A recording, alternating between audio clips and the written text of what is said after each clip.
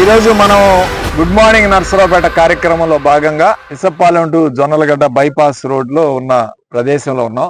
దీన్ని వంకాయల వారి కుంట అంటారు. ఈ చెరువుని తెలుగుదేశం పార్టీ ఆఫీస్ కోసం కేటాయించినట్లు కరపత్రిక ఆంధ్రజ్యోతిలో ప్రకటన చేయటం కూడా చూశాం. పొలాలకు నీళ్లు వెళ్లే వ్యవసాయం చెరువు కూడా మింగేశారు.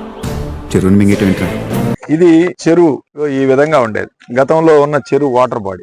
ఈ చెరువుని విడతల వారీగా దీనిలో మట్టి దోలి పూర్తి చేసే కార్యక్రమం చేసి ఈ నీళ్లన్నీ కూడా పైపుల ద్వారా ఇక్కడి నుంచి బయటికి వెళ్ళబెట్టే కార్యక్రమం చేశారు. ట్రాక్టర్లు ఇంజన్లు పెట్టి ఈ చెరువులో ఉన్న నీళ్లన్నీ కూడా ఈ బయటికి వెళ్ళగట్టి పంపించేసి కార్యక్రమం చేసి ఇక్కడ మట్టి ఫిల్ చేసే కార్యక్రమం చేస్తాం. ఈ చెరువుని బూట్ చేసే కార్యక్రమం చేస్తా ఉన్నారు. మేము మార్చి 5వ తారీఖున కలెక్టర్ గారికి రిప్రజెంటేషన్ ఇచ్చి, కలెక్టర్ గారు ఇది నీళ్లు నిల్వ ఉంచే కుంట, ఇది మంచినీళ్ల కోసం, పొలంలో సాగునీటి కోసం ఈ ఇసప్పాలెం గ్రామస్తులు అట్లానే చుట్టుపక్కల నివసించే వాళ్ళందరూ కూడా ఈ వాటర్ ని ఉపయోగించుకుంటున్నారు. దయచేసి దీన్ని పూడ్చే కార్యక్రమం చేయొద్దు, ధ్వంసం చేయొద్దు, వాటిని కాపాడాలని చెప్పి సుప్రీంకోర్టు గైడ్ లైన్స్ ప్రకారం ఉందని చెప్పి మార్చి 5వ తారీఖున మేము కలెక్టర్ గారికి స్పందన కార్యక్రమం స్వయంగా నేను వెళ్లి గ్రామస్తుల్ని, ఇసప్పాలెం గ్రామస్తుల్ని తీసుకువెళ్లి ఈ రిప్రజెంటేషన్ ఇవ్వడం జరిగింది. మేము మార్చి 5 ఇచ్చిన తర్వాత ఇంకా ఫర్దర్ గా మార్చి 23వ తారీఖు పూర్తిగా పూసేశారు. విత్ డేట్స్ ప్రకారం ఫొటోస్ కూడా తీశాం.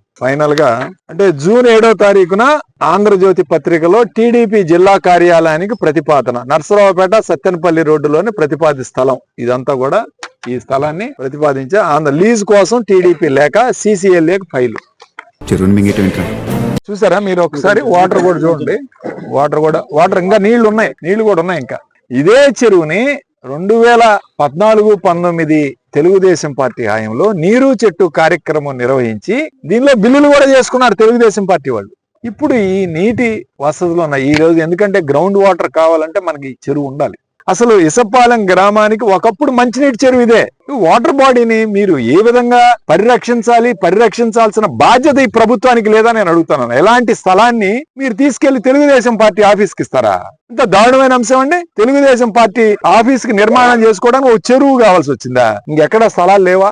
స్థలాలు ఇవ్వండి. మేమే తెలుగుదేశం పార్టీకి స్థలాలు ఇవ్వద్దని మేము అంటారా? స్థలాలు ఇవ్వండి, ఖచ్చితంగా ఇవ్వండి, తప్పేం లేదు. కానీ ఒక నీటి వస్తున్న కుంటని, ప్రజలకు నిత్యం ఉపయోగపడే కుంటని తీసుకెళ్లి మీరు తెలుగుదేశం పార్టీ ఆఫీస్కి ఇస్తానంటే వైఎస్ఆర్ కాంగ్రెస్ పార్టీ ఏమాత్రం దీనికి అంగీకరించదు.